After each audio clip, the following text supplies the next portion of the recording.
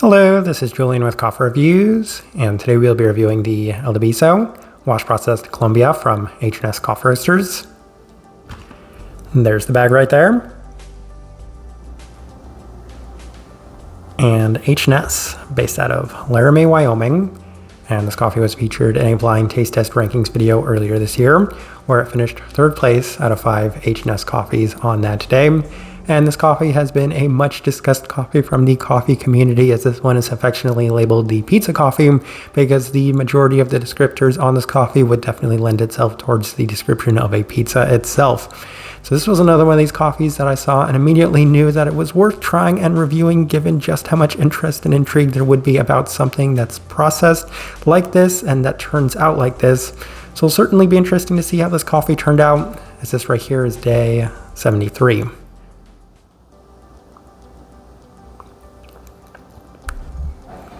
And recipe we went with for this coffee was actually our standard recipe, at a 16:1 water to coffee ratio, brewed at 96 degrees Celsius, about 205 degrees Fahrenheit. And I like this one best through the V60, which indicates a more medium fine grind roast profile for this coffee. So this is one of the 2 coffees that we are reviewing in this series that's listed as a hyper light, and you can certainly feel that, as this is probably the lightest profiled coffee that we've ever reviewed on this channel from an American coffee roaster up to this point, as I feel like a lot of people call this one objectively underdeveloped, and I can certainly see that given just how much lightness there is presented within this coffee. So all of that to say, this is essentially just one of the lightest coffees that we've ever reviewed. With all that out of the way, let's go and start discussing this coffee. Day 16, first impression, and this was the blind taste test day. And if you watched that video, you saw the reaction. It was strangely reminiscent of pizza in a number of ways. The most distinct thing was the aroma that kind of smelled like bread, but the actual coffee itself yielded a much more complimentary tomato sauce-like experience. It was a very strange start to the cup, and what was really great for me was that reaction was so great, given that I picked up that cup of coffee, I was looking for the natural, I took in the aroma, and I'm like, okay, the aroma is a little bit more subtle, but it's obviously not going to be the natural. So I had no idea that it was going to be the pizza coffee when I took in that first try of it, and as a result, I was just so stunned by the way that the coffee turned out, even though it was far too early to start drinking that coffee at that day 16 mark. We move on to day 44, as we opted for the Chemex. It was a bit more interesting, as there's a surprisingly nice amount of sweetness, and that's what a lot of people took away from this coffee, is that it's weirdly sweet, a lot more sweet than it probably should be. To me, it reminded me a bit of some honey butter to go with a rosemary-like bread, as that's kind of the best description I had at this time. Aroma smells like breadsticks, but the cup itself yields an Italian blend aroma, with the rest being helped with the overall structure of the cup. Day 47 through the April brewer, and the coffee doesn't offer a ton off brew, rather much more of that rosemary bread-like experience once again, though there is a slight savory meat feel with a slightly sweeter tomato before the cup does cool down into a bit more of an intense experience of a lot of those listed components to it. So it's been turning out pretty pizza adjacent. Day 50 through the V60 with the higher extraction adjustments, and the coffee is a bit more normal, as it's offering a sweeter bread feel. The listed sweet peppers make sense, as the coffee is moderately sweet with more of that rosemary feel, and I continue to go back to the fact that this coffee is just surprisingly sweet. And once again, like with the other El Deviso, that gochujang coffee, it's got really nice definition to it. The base is just so soft, to the point where a lot of the components in this one are weirdly well defined. We move on to day 53, as we opted for the Chemex with the same adjustments. So of course, higher temperatures, more fine grind, lower concentration, and it does continue to lean heavily into the pizza-like attributes. This time it's focused much more on that bread-like aspect yet again. A bit more reminiscent of what I would describe as being a sausage hot pocket, now as the tomato has a moderately high level of sweetness, though truth be told, the tomato in this has always been weirdly sweet. So not an expert on tomatoes, but whatever the more sweet tomatoes are, that's what I was experiencing from this one. Perhaps the most pizza forward experience that we had up to this point, as it just continues to skew heavily in that direction. Day 56 through the V60 with our standard recipe, and the coffee is the most intense it has been to this point, as it does continue to have that strong rosemary taste with even a bit of the listed cheesiness to an almost honey butter, like cheesy garlic bread feel.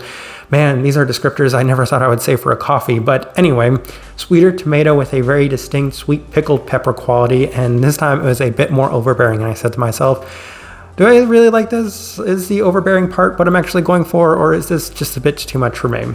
Nonetheless, we continued to work through this coffee, as on day 59 we opted for the Chemex with our standard recipe, and it's a bit more tame relative to some of the earlier days, but there's still that very strong sweet tomato aspect and that Italian blend feel.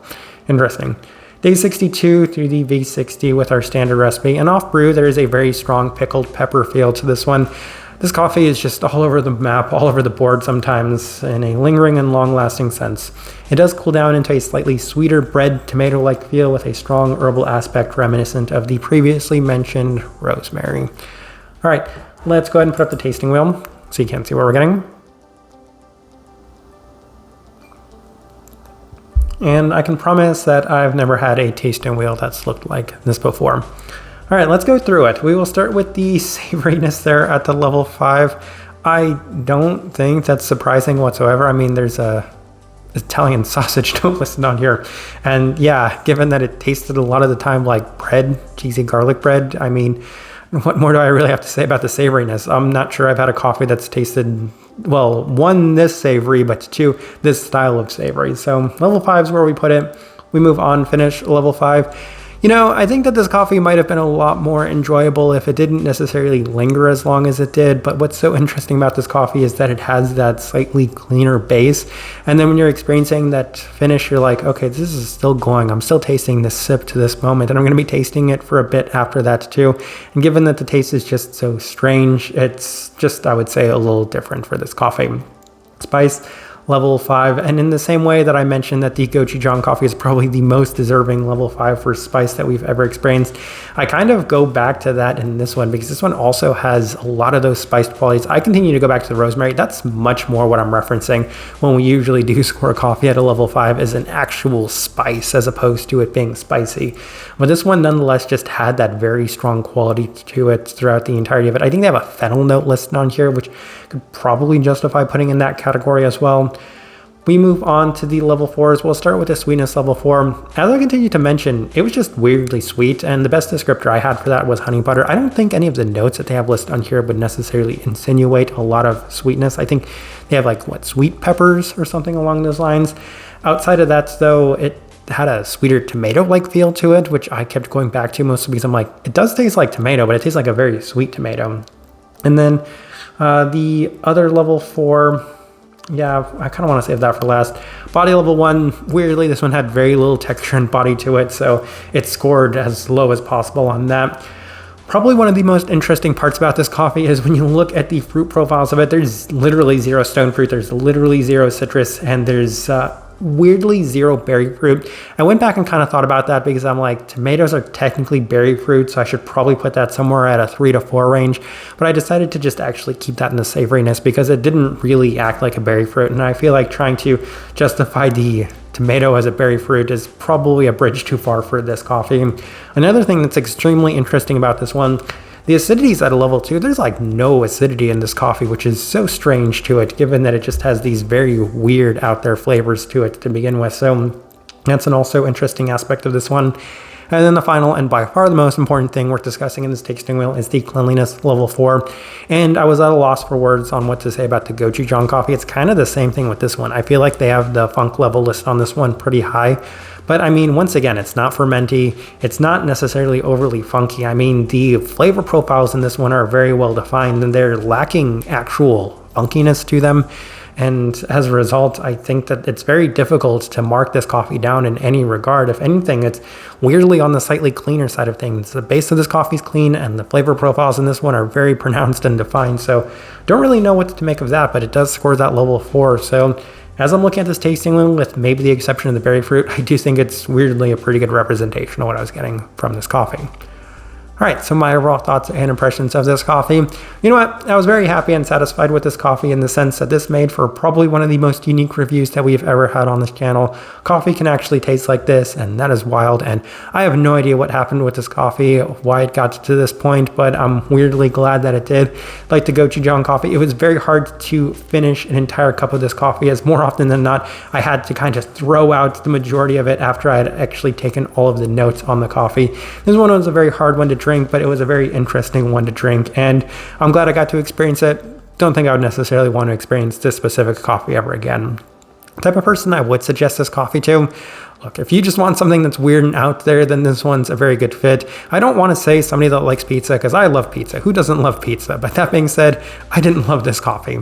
And outside of that, it does offer some really nice cleanliness and some weirdly nice sweetness. But if I'm being completely honest, it's hard to suggest this coffee to a lot of people other than somebody that's just very curious if coffee can actually taste like pizza, because this one weirdly does. I think for the most part, that's the best way I can leave this review. If you by chance had an opportunity to try this coffee, I'd love to know your thoughts and impressions of it as well. If you're enjoying the content, give this video a like, subscribe if you're not already subscribed. This right here has been a review of the El Diviso Wash Processed Colombia from H&S Coffee Roasters. Thank you for watching.